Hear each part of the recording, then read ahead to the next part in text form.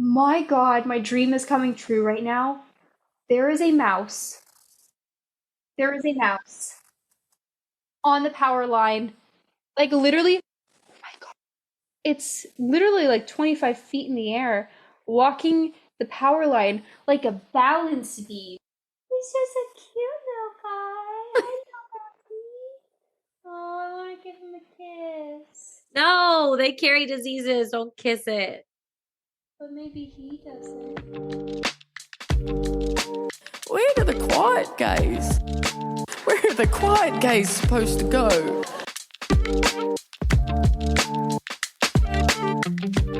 Nice booty shorts. As soon as I bent over, I was like, yeah, my ass is out. Yeah, that mirror got you right there real hard. How are you feeling? Still migraine affected. Did you get a hold of the doctor? No, he's not in today. Oh my God. Seriously? Yeah, seriously. So I called the whatever line for when you can't get your doctor, and they were like, we're gonna prescribe you the strongest painkillers and anti-inflammatories that we can Okay. without them being like whatever the heck they're called that aren't good for you. Right.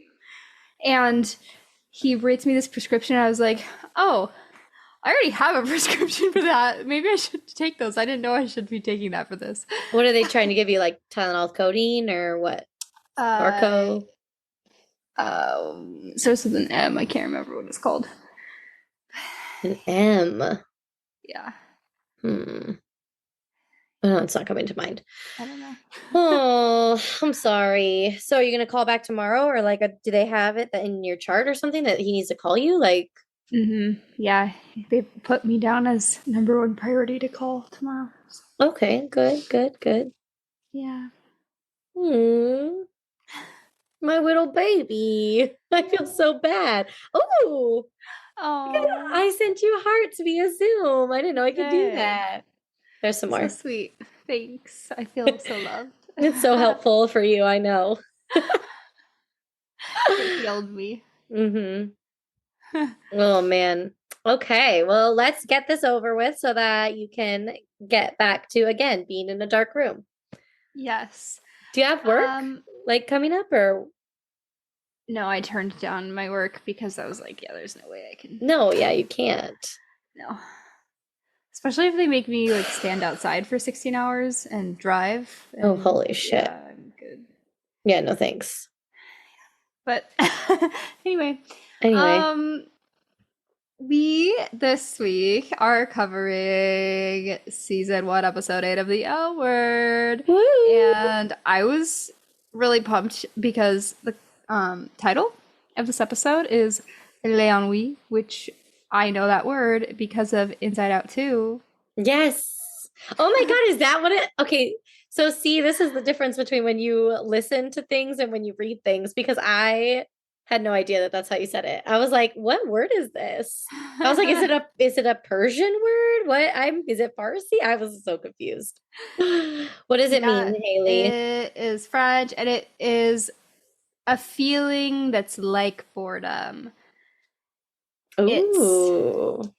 Which makes sense why it's called that, because a big plot line of this episode is that our friends Tina and Bette are just so boring now that they've become domesticated, and their friends are on a mission to pull them out of the boredom and save them before they turn into Mimi and Fufu or whoever the hell their friends are. Mimi and Fufu. Yeah, that was a really funny friggin' plot point. I thought it was hilarious because, like, I mean, we'll get into it, but when you're pregnant, it's like so all consuming, and there's so many things about your body that like you did not know like existed or were gonna change. So like I was like laughing so hard because I was like, oh my God, I was so like this too. I bet you were 1,000%. But the difference was that I was surrounded by other pregnant women, right? So like no one ever thought we were boring. We were all just going through the same thing. So it was just different. But watching this, I was like cracking up when she started talking about progesterone suppositories. I was like, I had to take those. I know what she's talking about. Oh my God. Isn't that when they go up your butt? No, they're vaginal suppositories. But Oh, yes, suppositories normally do go up your butt. But yes, they these are vaginal ones. You're welcome for that are info. they supposed to dissolve or they're just They there? do. Okay, I don't know how much you want to know, but it's disgusting. They do like dissolve and then like they fuck up your discharge and like it's really gross. Oh, I so didn't have that's the why her dark, discharge was messed up. yeah, I didn't have the dark brown discharge, but it does get like for lack of a better word, cottage cheesy. Oh no. It's so gross. But it's like really important. Like, so like for me, I've had multiple miscarriages, and the reason is because my body like doesn't make progesterone. So that's why you have to have a progesterone suppository to give your body the hormone in order to make your uterine lining sticky so that the baby doesn't like it implants really well and is able to grow. Interesting. That's what it's Mhm. for. Yeah. Okay. And I think with like IVF and things like that, like your body needs help with all the hormones. So that's probably why they put, and I think also like miscarriage is likely in IVF as well. So, I mean, it's likely no matter, it's very high likelihood. Most women, I think it's like 1 in 4, 2 in 4, like experience miscarriages. So, yeah, it's like a high probability. So, giving that extra dose of progesterone is super helpful in keeping a pregnancy. Yeah. Anyway, now that you guys all know my backstory and about my discharge, so fun. The things that so many women do, like, have to do that people just don't know about. Like, No one talks a about it. grown-up woman, had no idea that pregnant women have to take vaginal suppositories. Yeah, only if it's indicated, obviously. Like there's tons of women that don't have to take it, but it's like, when you get pregnant, they run a ton of hormone panels, they run a ton of blood work, and they're like, okay, you're low on this. Like here is how we fix it so that you can have the pregnancy, you know? There's so many things. Yeah, so many tests, so much. I mean, I'm so glad we know all of it now, right? But yeah, it's so much information. Even like what they're talking about with like the varicose veins and everything. And, it's just like you learn all that as you go. And Yeah. we really should have like a class on it in school. Like men and women, we should all learn about it. And we should learn about, guys' bodies as well, I feel like. Mm-hmm. So, Yeah, agreed. I would say that probably the movie about smelling armpits that I got in junior high did not give me the information I needed. yeah, did not prepare you to like be a grown-up woman. No, it No, doesn't. Yeah. no, it did not. Slap some aluminum on those smelly pits and call it a day. That's literally a 10-second lesson. Okay, but yeah, let's talk about it. So, I mean, we're already talking about Bette and Tina, but so they're about what, 13 weeks along, which is right at the end of the first trimester. So we're getting to what is supposed to be kind of a safe zone for pregnancies. And it's kind of what people tend to not tell people that they're pregnant until this point in the pregnancy. However, I feel like if someone's doing IVF, then their close friends are going to know. They're going through a lot of things. And it's just all Bette and Tina can talk about. Mm-hmm. Yes, they it's like you watch their friends immediately regret asking them even the simple questions of like, "Hi, how are you?" Like the automatic greeting that you give, they immediately regret. They're like, God damn it, I should not have even asked. And then like they give them these tests, like that's jumping forward, but they give them the test. They're like, Tina, what's an appropriate response to this question? Which I thought that whole scene was so funny. And also the whole time I was thinking about like I just kept thinking about my parents during that scene. Really? Because Why? Yeah, like if somebody were to approach my parent, like say I were to approach my parents because they were like acting crazy about something, right? Yeah. And I were to do it in a way that I think Alice, Dana, and Shane were like kind and funny when they approached it and whatever. Yeah. But then so say I was Alice, Dana, Shane in this situation and then my Okay. parents were Bette and Tina. Okay. Okay. My parents' feelings would be so deeply, deeply, deeply hurt by the suggestion that they have bored someone or that Aw. like they were just any like accusation against Like a them. burden. I feel like their feelings would be so hurt and they wouldn't be able to see the joke in it at all. And I Do just you kept, think that's a Midwest thing? maybe it Because very like well might be. I think about like LA people and it's like if you're doing something that's like uncool, like your friends should tell you. So you stop embarrassing yourself and stop like it's an act of love. Right, right. So I think, I don't know, I just kept thinking about in that position, how would I feel knowing that like if that's what my parents would feel like, I know that they would just be so hurt and they wouldn't be able to see the funny in it at all. Yeah. And then I was thinking about like, okay, well, if it was me, I think I'd be able to see the funny, but I think also my feelings would be kind of hurt. Like, oh my God, my friends think I'm boring. Yeah, but I get that. I don't think my feelings would have been hurt. I feel like it would have been a kind of like a wake-up call of like, oh, I'm losing my identity in this. And I'm like, which is fine. It's fine to do. It's fine to hole up and, be all domesticated and whatnot. But like, also, there's other parts of your body and your spirit and your mind that like need to be fed. And so I really feel like, maybe when I was 22, I would have had my feelings hurt. But now I feel like I'd be like, you know what? You're right. I do have other things going on in my life that you guys want to hear about. I don't know if I would have hurt feelings over it. I think I would be more like, you know what? You guys are right. Let's talk about something else. I know you guys care about my pregnancy, right? Like clearly they care. They showed up for the chanting session, which, oh my God, so funny. But They look yeah. so insanely out of place. Oh, they looked so good. ridiculous. But you know what? Props to them for going. Haley, I'll go to a crazy chanting place and blessing of your future child with you if you would like. Thank you. I'll probably look Appreciate just that. like them. But I will go. No, you'd be so into it. Yeah, you're right. I would If be. anybody would look in place and just automatically into it, no questions asked, it would be you. Yeah, because I'm very open and I'm like, you know what? I'm on board with you. If this is how you feel like you're going to get the blessings, let's fucking do it. Let's go, Haley. Let's chant that baby soul's blessing. But also the cultural appropriation of being like, this is what the Sikhs do. I was like, you're not Sikh. So why are you doing this? But you know what? It was 2004. Maybe they were appreciating.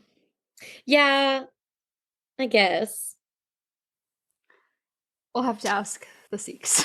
Yeah, we will. Be like, do you want these white people trying to hop on your culture? But it is LA and it's, different. Yeah. I guess. There's just I think there's just a lot of people like doing a lot of stuff. Okay, well, here's another part that I caught on about this is that this I think maybe changes it for me a little bit. Okay. This yoga studio, whatever it was on the Venice boardwalk. True. Which anything taking place on the Venice boardwalk doesn't feel like business-wise, okay? Yeah. Doesn't feel like it was necessarily probably born out of the purest of intentions. Yes, you're absolutely right. You're absolutely right. So I might go out on a limb and say, based on what I know of the Venice boardwalk, that probably whoever's operating that business wasn't somebody that comes from the culture. Right, exactly. And it's probably someone that saw it happen once and went, yep, that's mine now.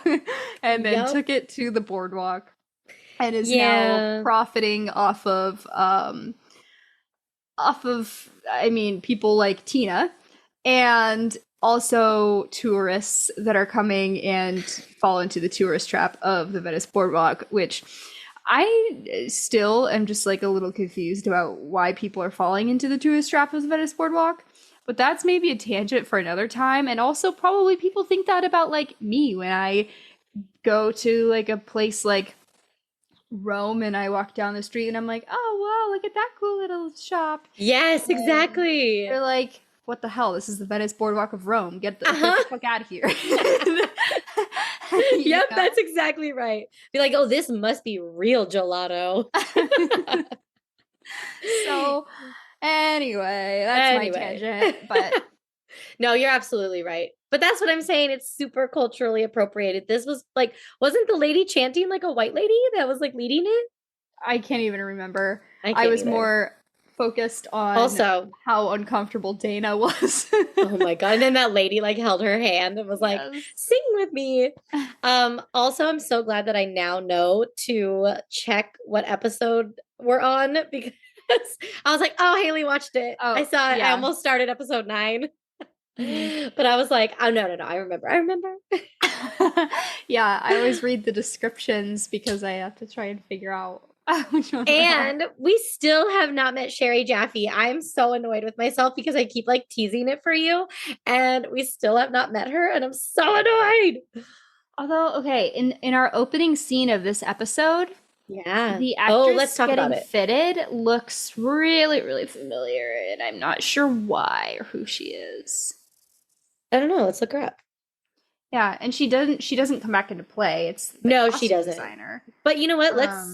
Let's talk about it. Let's talk about the Marina and Francesca of it all. And I want to get your take about this opening scene because it's a very interesting scene. Yeah. Oh, I'm going to put a trigger warning out because we have 2 instances of what I interpret to be sexual assault in this episode. That's what I was going to ask is I also am wondering about the morality of what was happening in that scene because it started out where it seemed like there wasn't consent and then it seemed like there was. So I'm interested to hear your take on it. I'm confused and conflicted myself about it when I saw it.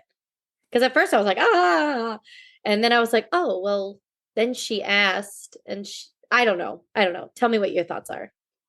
I think just putting myself into that girl's shoes, having been in fittings, having been in the entertainment industry, and also just knowing like the power dynamic of some random actor who, based off this conversation, it seems like she's very new in the industry.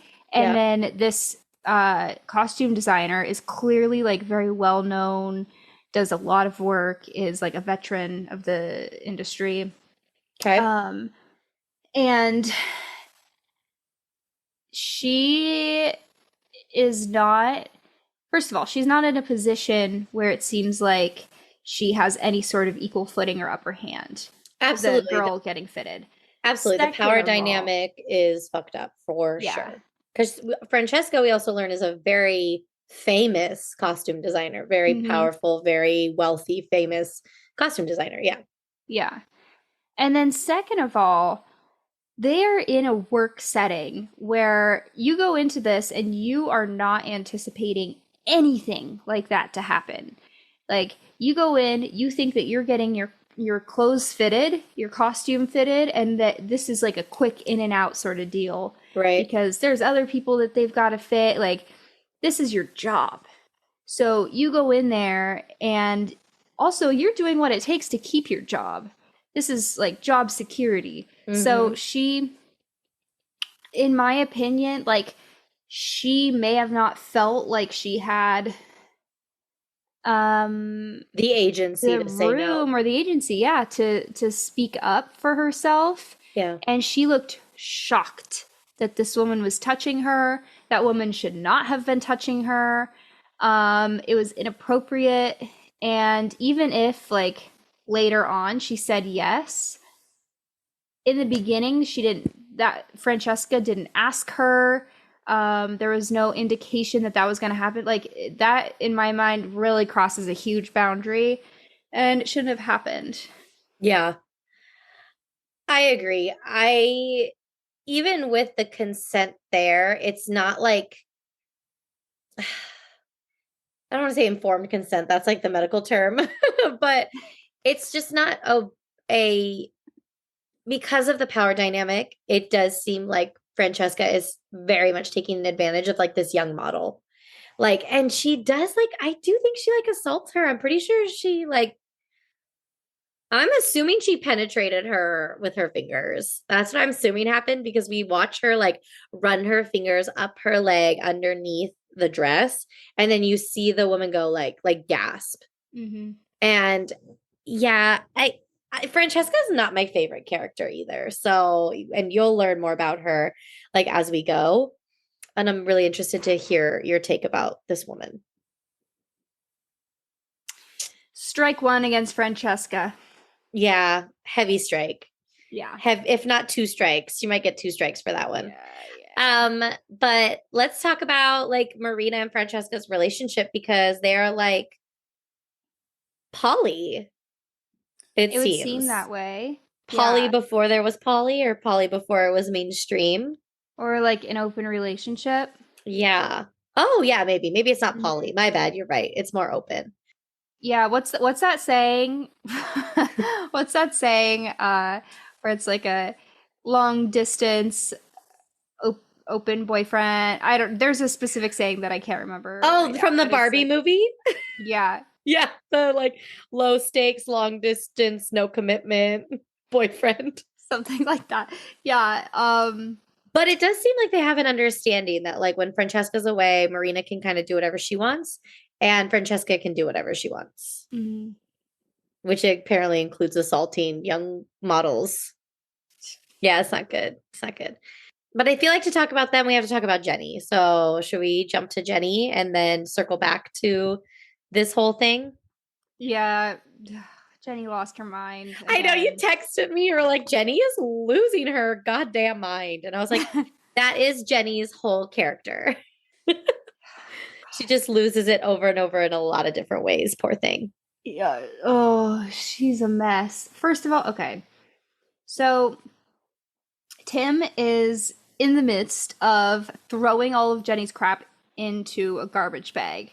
Good on him. It would probably take me like months to wallow and then like pick up all of her crap. Mm-hmm. No, he's like, screw this. Starts picking up her shit, throwing it in the bag, and is like about to throw it outside, and she just like walks in the door.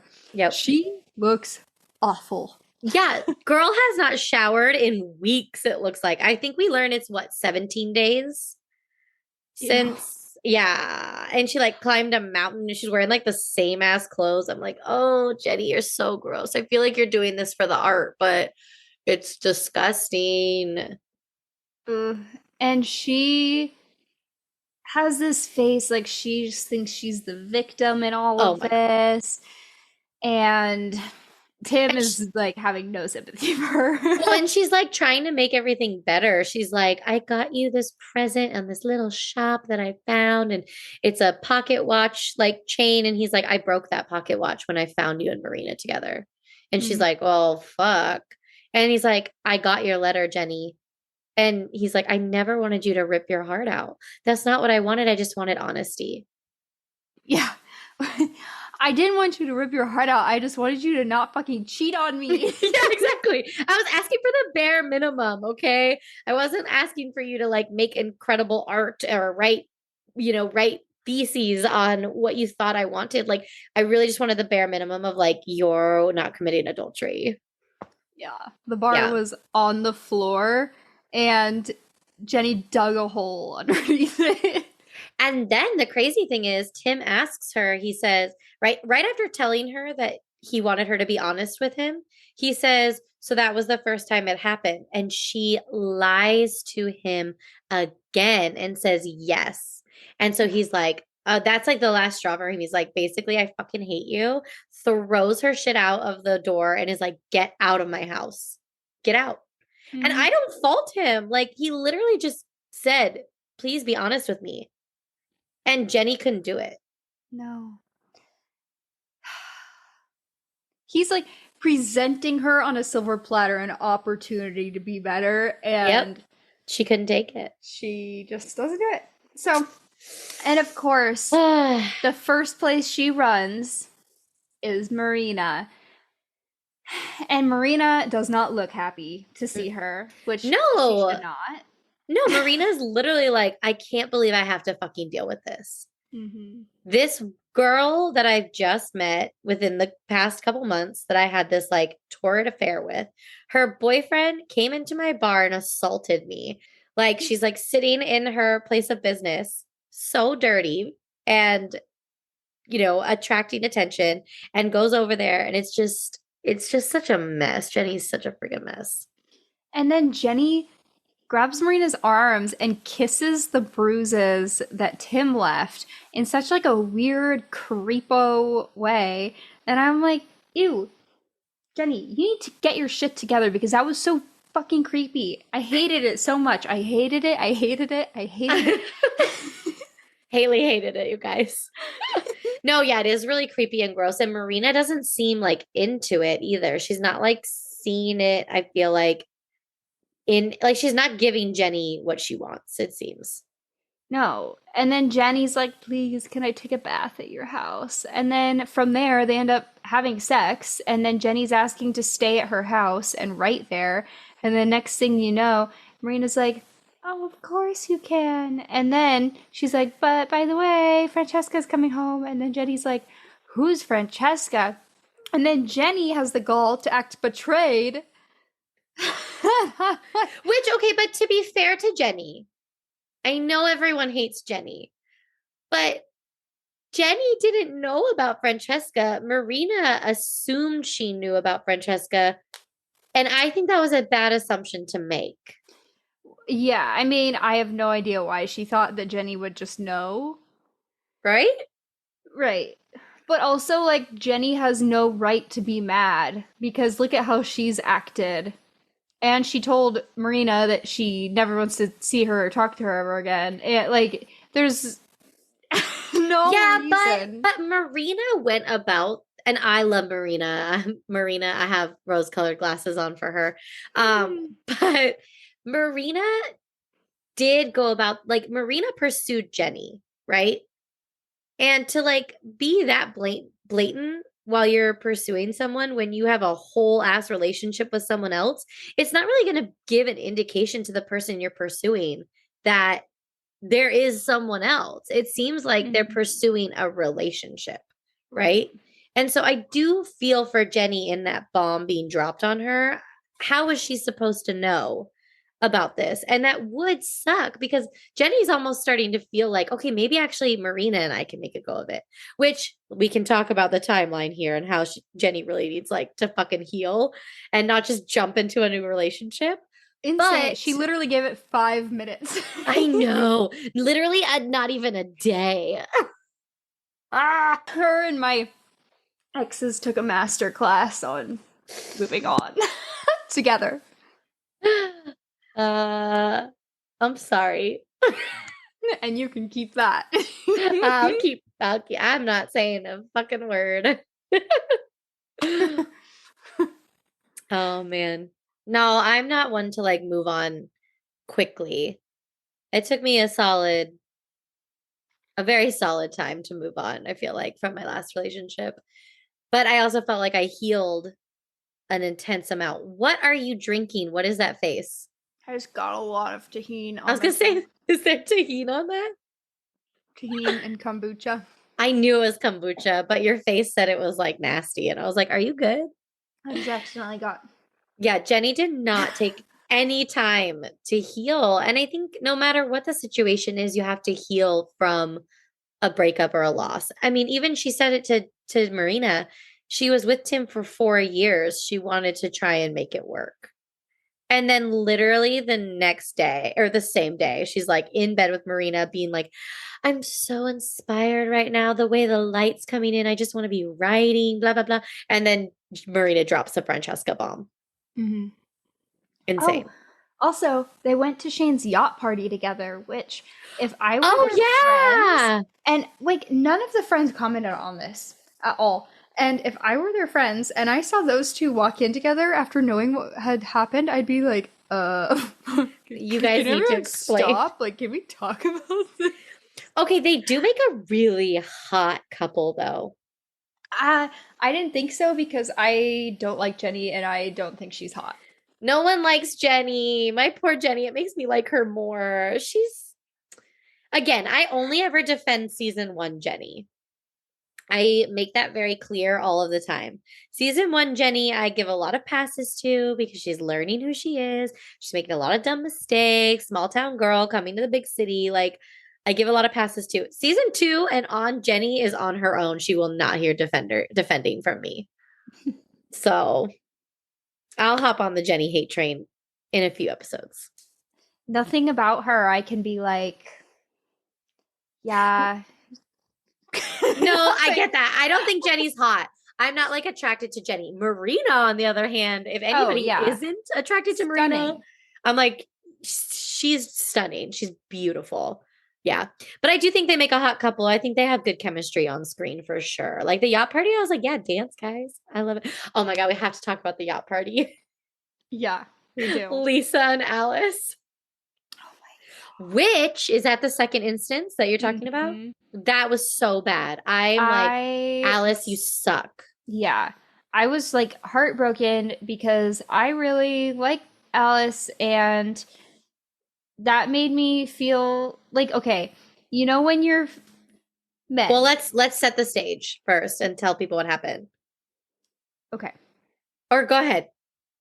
Well, I'm just saying, men, listen up. This is like when somebody tells you that your friend has sexually assaulted someone, and you're like, what?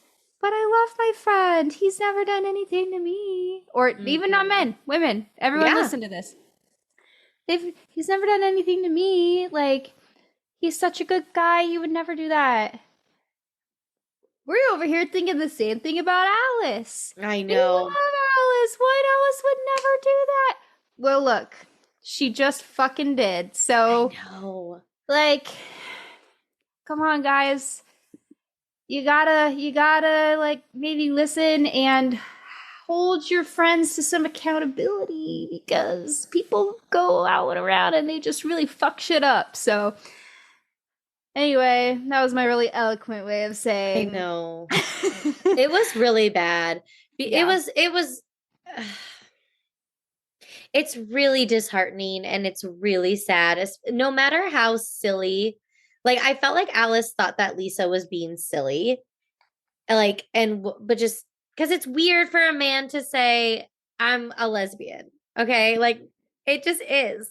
Yeah. And no matter how you feel about it, you still have to listen and you still need to get consent. So basically what happened was they're like making out, fooling around on this yacht in this private room. And like Alice clearly wants to like have sex and so does Lisa. But Lisa pulls out like a dildo and is like, this is how I want to like make love to you. And Alice is like, why? You have the real thing, like blah, blah, blah. And to me, it's so terrible because also at this time, we didn't have all the language for like trans people. Like, what if Lisa is trans and you're just now feeding body dysmorphia by being like, you're a man, you have the real thing, you know? And it's like, it doesn't need to be done that way. And Alice is just being incredibly selfish. And, you know, Lisa doesn't respond well after this assault takes place, even though maybe he did enjoy. I don't exactly know what happened. We don't see it, but you know, Alice is like, what? You had a good time? Like, it was just gross. Yeah. So yeah, basically he says no over and over and over again. He does. And what specifically he's saying no to is using his own equipment to have sex with Alice. Instead, he wants to use the dildo. Right. She ignores that and goes down what we assume is off camera. We assume is give him a blowjob. Right. And then they have sex, we assume. Yes. Even though he's telling her no over and over again. And that is blatant ignoring consent. Yep. There's no excuse for it ever. No. And like, even if somebody has, quote, the real thing, that doesn't mean that they're obligated to use it. Nobody's ever obligated to give you their body or access to their body. Yep. And if somebody still wants to like share an intimate time with you, that doesn't mean that they grant you access to every part of them. Exactly. And you still need to have consent for all of the acts that you do. So her going against his consent, and he specifically said too, like, well, the reason is that it doesn't go with my identity. Yeah. And, like, I identify as a lesbian. It doesn't go with my identity to like use that. That's why I want to use this. And she's like, well, you're not going to do that with me. And you're a man. You're not doing that with me. And it was just like, Alice, this is very, very disappointing. It is really sad. And he didn't want her to touch him. His trust was broken. You could tell like he maybe felt embarrassed and sad and betrayed, and he ran away, and it was really sad. Yeah. So, damn it, Alice. Yeah. I now, like, I'm gonna have a hard time being on Alice's team, which is kind of shitty.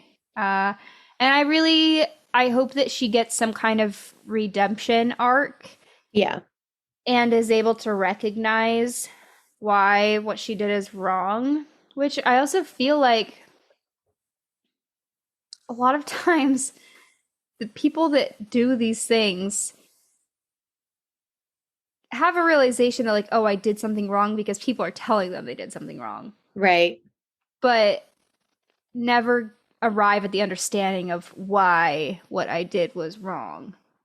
And I want her to get the why. And I want her to have a sincere apology and to rectify her actions moving forward and like really make it up to Lisa. Yeah. And I just like don't know if that's gonna happen. I know. I can't remember, so I can't tell you either way what happens. But yeah, it was very disappointing, very disheartening, very hard to watch, especially in this day and age. Again, I always say like, this is 2004 that we're talking about when this, I'm pretty sure, like 2000, I don't even know. It was a long time ago, 20 years ago. We didn't have all these conversations and all of this language for consent. And that's not an excuse. What it's still wrong, but we just didn't think about it in the same way. We're still in the time where I was like, oh, men can't be assaulted. And that's just blatantly untrue, you know? So it was hard to watch, especially this day and age with all the language we have around it. We can see 50 reasons why it was wrong. Yeah. But what else is happening on the yacht party? Dana is there, and poor Dana this episode. Oh my gosh. The poor girl. Dana went through the ringer and okay, yeah, let's start from the beginning with Dana because we've got it. Yeah, we have to. So basically, her agent is walking her through the contract with Subaru because she's getting this big contract to kind of be like their spokesperson for this campaign that they're doing. And he is like, well, there's this thing called a lifestyle clause. And basically what it says is that they pretty much own you and how you live your life, and you represent them as a company. So you have to like not be publicly drunk. You can't be acting crazy. You can't be saying like crazy political things. You can't be gay. We saw this in The Senator's Wife with Alex, which what was it? Something Star, the company that she was representing had a morality clause as well. Like this is a well-known thing in the industry. Mm-hmm. Yeah. So, I mean, like all the Disney stars.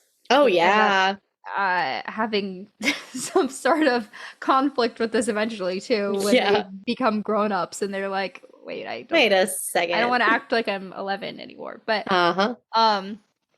yeah, so she is like, what do you mean I can't be gay? And he's like, come on, you're not a superstar, like you can't just do whatever you want like the superstars can, and your time is ticking. So it's either this or nothing. Like you either fade into obscurity or you just he says something that I wrote down.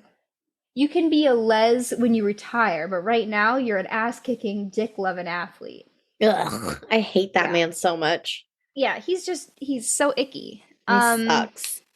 And she's like, oh, okay. So she, I mean, is definitely, he grips on to uses her fear of not having a successful career, and that fear is strong enough for her that she agrees. And she meets up with Laura later. Laura obviously has no idea about any of this and is acting normal. It's so normal. Yeah, but it's a public place. She's flirting with Dana. She's trying to kiss Dana. She's talking about how her and Dana have sex, blah, blah. But like she is doing it quietly. No one else can hear. Right. People can see them kissing and being like touchy, and that is what Dana like freaks out. She's like, don't touch me. I can't do this anymore. This is too hard. I can't be with you anymore. I don't want to be with you anymore. And Laura's just like, oh, she's so sweet. She's like, oh, I was rushing it. Like, no, you're more ready than anybody. I know, like, I'm so sorry. I was pushing you too much. I'll slow down. And Dana's like, no, it's over. Well, and the sad thing that Dana said that really struck me is she said, I'm high when I'm high, like I hide, this is hiding the best part of me. She's like, I have to hide the best part of me. And I was like, oh, that's so sad. Because like Dana knows the consequences of what she is saying right now. And she's like, I have to do it anyway. Mm-hmm. It made me so sad. She also has this comment that she makes to Laura where she's like, every time I look at you, I'm just reminded that like I'm not good enough because you're just so good. And then I just know that you're judging me all the time. And she's projecting so hard because she's insecure, and she thinks that because Laura's a good person that Laura must think she's a shitty person. Right, because that Laura is so out. Laura's so comfortable in her sexuality and so out, and Dana is like got all of this internalized shit coming from herself and coming from her agent and coming from the industry and everything like that. And so it's like, yeah, the projection is insane because she's looking at Laura being like, I want this, but can't have it. And to her, that she's judging herself, but she's putting it on Laura to be like, no, you're judging me. And it's just like, oh, Dana, girl, get it fucking together, please. It reminds me of the Renegade by Taylor Swift, where it says, get your shit together so I can love you. And I feel like that's like Laura is going to be in that position. Yeah. It's just really unfair to Laura, like that projection. And the look in her eyes of just, she's realizing how wrong she was about where Dana is. Yeah. And you can see kind of her heart breaking at like, no matter where I am and what I do, it's not going to make a difference here. And it's like, my heart is going to break no matter what. So I just have to accept the situation and like let her go. Yeah, what is she gonna do? Yeah, and you see Lara- that all in her eyes in 1 second. Yeah, I was gonna say Lara's actually really good with consent. She's like, "Oh, you don't want to be with me? Okay, there's nothing I can do. I'm sad." Mm-hmm. Yeah. And then Dana, that's when Dana goes to the yacht party. Yeah, exactly. And oh my gosh, I sent a video of her dancing to my roommate and I was like, I have to know, is this what I look like drunk? And she was like, yeah, actually, that's Probably. exactly. I thought about you. Oh, I gosh. told you you're Dana. I told you you're Dana. But Yeah. everyone loves Dana. She's so endearing. Like, you can't not look at that and be like, oh, poor girl's sad. Yeah, I loved how Bette and Tina were just watching her do that crazy dance on top of the boat by herself, and they're like, yeah, she's not gonna feel so good tomorrow. She's not going to feel good in the morning. Someone get her some Advil and B12. Yeah, and she's just going crazy. She's taking shots. She's vomiting over the side of the boat.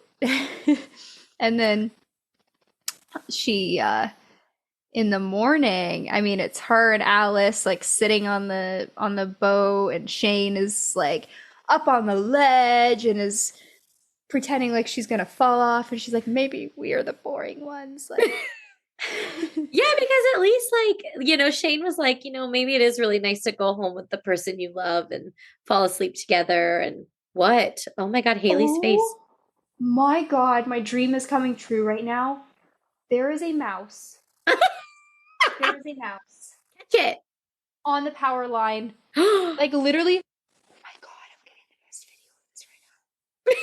Yeah, be quiet. The mouse can hear you. You're not gonna believe this when I send you this video. Send it to me. It's literally like 25 feet in the air, walking the power line like a balance beam. Their little grippy nails. Ugh. Oh my God, Haley, you're hilarious. Your rodent dreams are coming true. He's just a cute little guy. Oh, I want to give him a kiss. No, they carry diseases. Don't kiss it. But maybe he doesn't. Said every girl ever. Not them, though.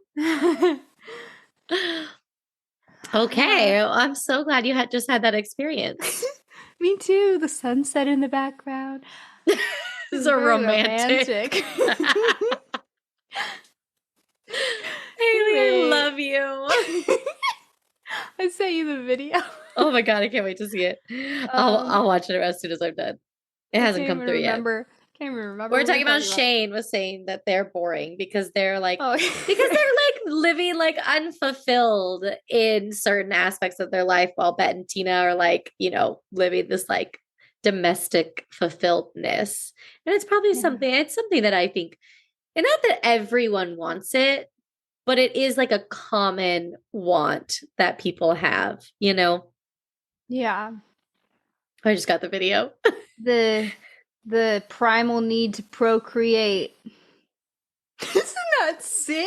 Yeah, so tiny. I'm watching the video. Oh, you did get. Oh my God, that is a good video. That's cute. That's a cute little guy. Look at him. I know, he's so small. Oh, we're gonna have to post this. It's so cute. I know. That's a good video. Thanks. So Dana the next day wakes up super hungover, and she goes back to her apartment, and her agent comes over and is like, "Oh my God, what happened to you? Is Laura here? Is Lara here? Is she, she should keep you sober the night before a photo shoot." I hate this guy. I hate this man. And so then they go to the photo shoot, and Subaru comes up with like these mocks for her. And they're like, yeah, it says like Dana Fairbanks out now, like get out and stay out. And they're like, yeah, we want to position you as like the gay Anna Kournikova. And like I feel like the sense of relief on her face was like so palpable. You could just be like her realizing that like, oh, like everyone already knows that I'm gay. So what are we doing here? Yeah. And the agent tries to backpedal it. And Dana's like, wait, what for? Like, what for? Why, if they already know that she's gay and they're willing to put out the campaign like that, why would you try and backpedal it? Again, I want to say it's fucking Subaru, you guys. It's Subaru. It's a lesbian car. Uh-huh. So, anyway, she fires him on the spot. God. Thank God. He's a goner. He's Hate a him. goner. He can scoop his shoes up out of the gutter, wipe the muck off of them, and find a new job tomorrow. What is that? I don't know. Inspiration hit. And I love it. You went with it. Amazing. Flawless. Thank you. So yeah, Dana's feeling a lot better, and I guess next episode we'll see if she can fix it with Lara. Lara angry walked past the tennis courts during that photo shoot, and that was on purpose. Oh, for sure. That's something I would absolutely do. Same. I'd be like, bitch, you're going to see me. Mm-hmm. While you're doing your little straight ass photo shoot, you're going to see me, the woman you love. It reminds me of like Stevie Nicks, you'll never get away from the sound of the woman that loves you. Like, I'm going to walk by. I'm going to make sure you see me. I'll walk back and forth. I will walk back and forth. Yeah. So yeah, Lara, I hope we see what happens with that. I hope Dana can fix it because I really like Lara. Yeah. Also, that yacht party, there were naked girls everywhere. And I'm like, holy shit. You're just like, they're very comfortable. He's back. Oh my God, this fucking mouse saga. Haley's more excited than I've ever seen her. So okay, you gotta name them. Just flicks up. He needs a name. Despero. Oh, cute. Oh my God, don't move. Just stay right there. I'm taking a picture of your face. Perfect. I took a screenshot of your face looking at the mouse. He's out of my eye line now. He's gone. Oh, man. We're never going to get through this. We're never going to be able to say, I hope Lara and Dana get back together because I like Lara. Despero, stay out of our podcast recording. I need to eat dinner. Okay. Yes, naked ladies on the yacht all over. And they're just very comfortable with themselves. And everyone was having a good old time. Yeah. Shane totally does drugs. Yes. That is a common thing with Shane. We do see Shane. Was she doing coke this time? Yeah, she like sniffs it up off a girl. Oh yeah, I did. Okay, so to be fair, I was watching this while I was driving to work this morning because I didn't have time. So I had like put my phone up in front of me, like on my little magnet thing, and was like listening / watching. So I clocked back in, like took a glance at it right at the tail end of Shane snipping coke off that girl. And I was like, I'm pretty sure that was off a woman, but I'm not sure for sure. Mm-hmm. So yes, we got to be wary of that. Which I feel like that's more hygienic than like off the back of a toilet seat. So ew. I guess good on her. Yeah, I guess. Well, why not just like sanitize a table real fast and do it off the table? Listen, if you're doing coke, I don't think you're sanitizing tables. Okay, fair. That's fair. Clearly, I have not done coke before. Me neither, but from just, like a general study of the population. Yeah, true. Okay, so we've talked about almost everyone, but who else I want to talk about is Kit. Yeah. I think we can end with Kit. We'll end on this note. Sad for her. I know, and it was such a misunderstanding, and it was just, tell us what happened, Haley. Okay, so Kit's son, David, calls her, and they've been out of touch because of her addiction issues. But he's in town because he has some tours of I think he's about to do residencies, like he's gone through medical school. That's exactly right. And so he was talking to USC, maybe UCLA, So he's staying at this hotel in LA. And he asks her if she would like to meet for dinner and talk. And so she's like, yes, I'd love to. And she's really, really nervous. She goes to Bette and is like, Bette, will you please come with me? I'm so scared. And Bette is like, sure, I'll pick you up at 5:30, which that was such a sweet little sister moment because Bette, like, has things to do. She has so much paperwork, but her and Kit don't have the best relationship. It's a little tumultuous. Right. But she sees that her sister is scared and this is important to her. And she's like, yeah, I'll be there. So they go together. And there's open seats at the bar. And Bette is like, are you sure you want to sit at the bar? And Kit's like, oh my gosh, I don't know what you think is going to happen. Like, I'm not going to drink. And Bette's like, okay. But then Bette gets up to go to the bathroom while they're waiting for David. David comes down and both of them ordered like seltzer water. Right. But the bartender made it like look all fancy, like a normal drink. Yeah, he And made so it look like a martini. Exactly. He like puts Kit's in a martini glass, like puts the lime on the rim and is shaking the seltzer and ice in a drink shaker. Like it looks like he's making her a drink. Yep. And she's laughing and talking to the bartender.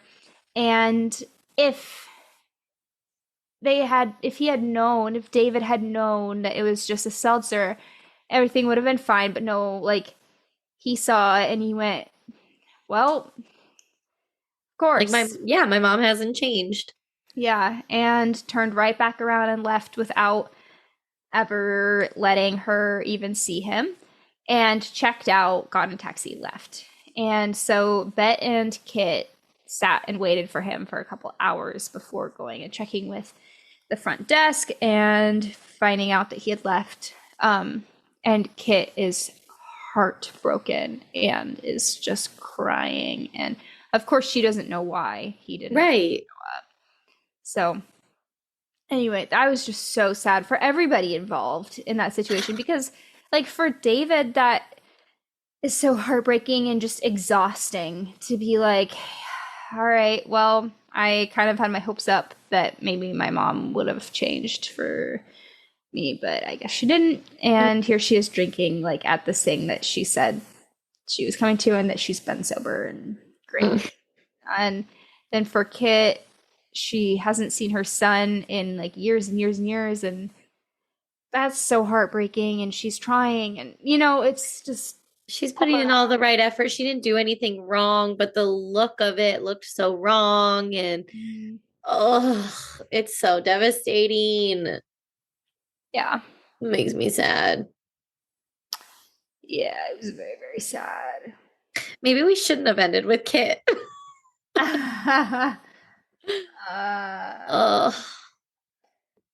Okay, so what are your predictions for the next episode? What do you think is going to happen with Bette and Tina? What do you think is going to happen with Jenny? What do you think is going to happen with Alice? What do you kind of foresee in the future, Miss Screenwriter?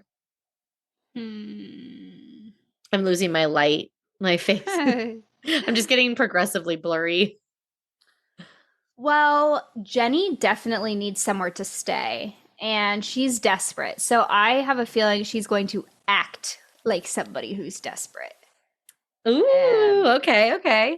Yeah. I mean, we forgot to talk about this, actually. She went back to Tim. Oh, you're like, right. I need to stay in my writer's studio. And he was like, why? What happened that you need to come back here? And of course, she can't be honest. She can't tell him, I went straight to Marina, but turns out, like, that's actually not going to work out because she's actually with another woman. So I needed to come back here and grovel. She can't say that to Tim. No, she can't. I don't blame her for not being honest at that point.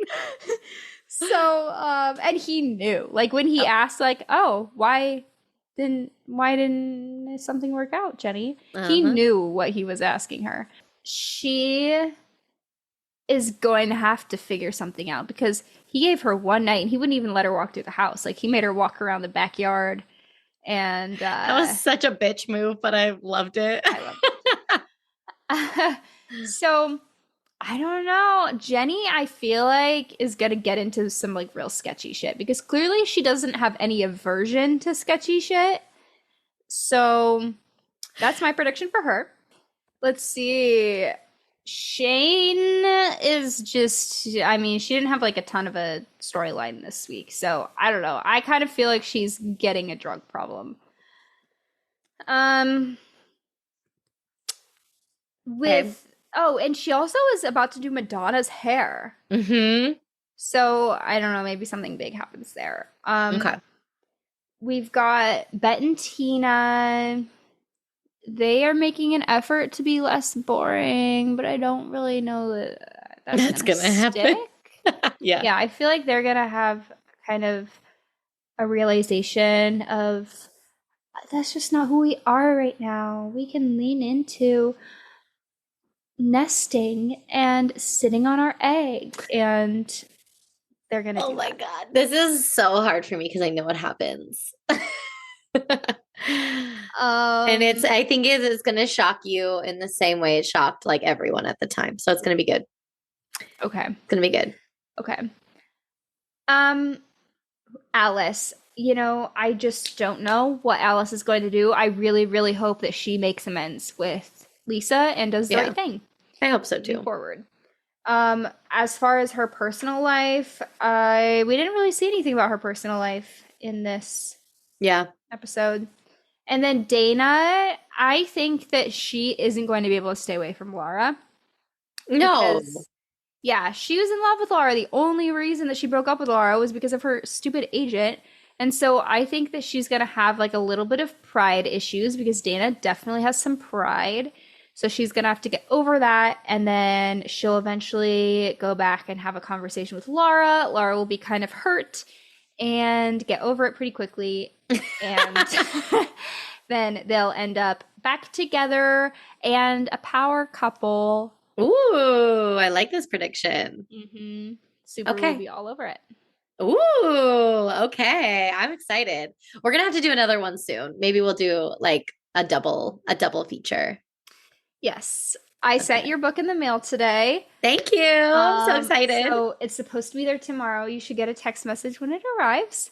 Oh, wow. Fancy. Open the front cover when it gets there because there's something pretty cool in there that our next book, everybody, is Craze by Margaret Vandenberg. And Margaret left us something really cute and special on the inside cover. Oh, I can't wait to see it. Yeah. I started reading and it's really good already. So I can't wait. It's really so cool to like have this podcast and start connecting with like authors. Mm-hmm. Like I didn't think that like this was like part of my dream when I started this podcast was like, I would love to talk to the authors. I'd love to get author interviews. I would love to just hear from the sources. But the fact that we're actually getting to talk to these women is like really cool. It's mind boggling to me. So I'm so excited. I can't wait. Yeah, it's so special. Oh, well, thank you so much for sending it in the mail. Yeah, for sure. Because Haley and I, like, we hang out a lot, but sometimes we go a month or two without seeing each other. And we just haven't been able to link up. But we'll see each other soon, I'm sure. Yeah. But okay, everyone, thank you so much for listening to yet another L Word recap. Let us know your thoughts. Let us know if you're out there watching for the first time. You can join Haley in her little club of one. Mm-hmm. Then it'll be like a club of 2 or 3. But we love you guys. And start reading. The next book is Craze. So get reading and we can't wait to talk about it. Bye. Love you guys.